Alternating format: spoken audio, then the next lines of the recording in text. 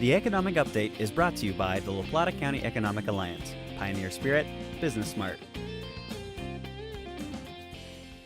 Good afternoon, everybody. Last month we talked with Milo from GCC Energy to learn more about the mine out in Hesperus and Hay Gulch. Today I'm here with a really fascinating person, Nancy Workman. Your title, she's one of the owners of Traxx here in Tampa. What's your official title, Nancy? Technically Chief Operating Officer. Well, thanks for being here today with us. So why don't you tell us a little bit about Traxx, because people have an idea of who you are, but not. People generally don't have any idea So, what we do. In that case, then, yeah. They tell us more think about we're what you do. involved in stereo components. What Traxx does is we manufacture, design, develop electronics for the model railroad industry. So very specifically sound systems and model control systems for model trains, toy trains. And the sound systems that you design, these aren't just like making a random woo-woo sound. You're modeling them after the actual railroad. We go out and record the real deal. So we go out, we get permission from BNSF or whatever railroad it is that we're trying to record that day. We put microphones all over the place. We record in the field through every operation that the train does. So start, stop, whether it blows signals or not. And we reproduce that in a very small circuit board that goes inside the model train. So each train sounds like it should. That was one of the things I learned meeting you guys, is just how picky model railroaders are to be accurate, in terms of just the structure of the rail and the sound as well. Absolutely. We fondly call them rivet counters because they will, in fact, count every rivet and correct you if they think you're wrong. So how did you get into this line of business, sound for model railroads? Well, Steve Dominguez, who is the other owner of the company, the CEO as well as our chief engineer, he was a model railroader when he was a kid. And he and I met working for another marine electronics company, another company, a marine electronics company on Cape Cod. He was a design engineer, I was in marketing, and he just asked me for some help marketing a product that he had designed.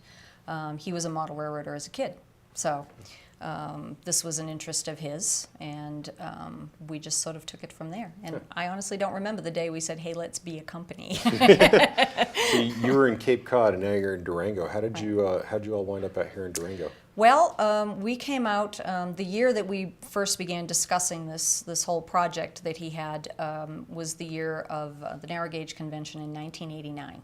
So September of '89, the year the Roundhouse burned down, actually, at the DNS. We came out for the Narrow Gauge Convention, and I was introduced to the hobby, to the area, to trains in general, the state of Colorado. I got a grand tour while I was out, and we really fell in love with the place. Steve had been before on vacation with his family, but it was my first time to Colorado, and we just sort of said, geez, it would be really nice someday to have our business here. And 1 year, about 5 years later, we said, you know what, the cost of renting a place in Durango is no different than in Broomfield, Colorado, and that's really where we want to be. And it's been a terrific selection for us. Well, you've been growing. You grew through the recession, and now you're building a new building. Can you tell us a little bit about that and the expansion? Yeah, we're really excited about it. We need it very desperately. Our current building, which we built back in 2001, is about 6,200 square feet, but we don't have any room for expansion of new manufacturing equipment. We have our engineering offices are now rented down the street. We really desperately need a place that we can add additional equipment. We play a lot of games right now to get things done when they're supposed to be done. Crossover shifts, split shifts, in order to get the most out of the equipment. We can afford more equipment, but we don't have any place to put it.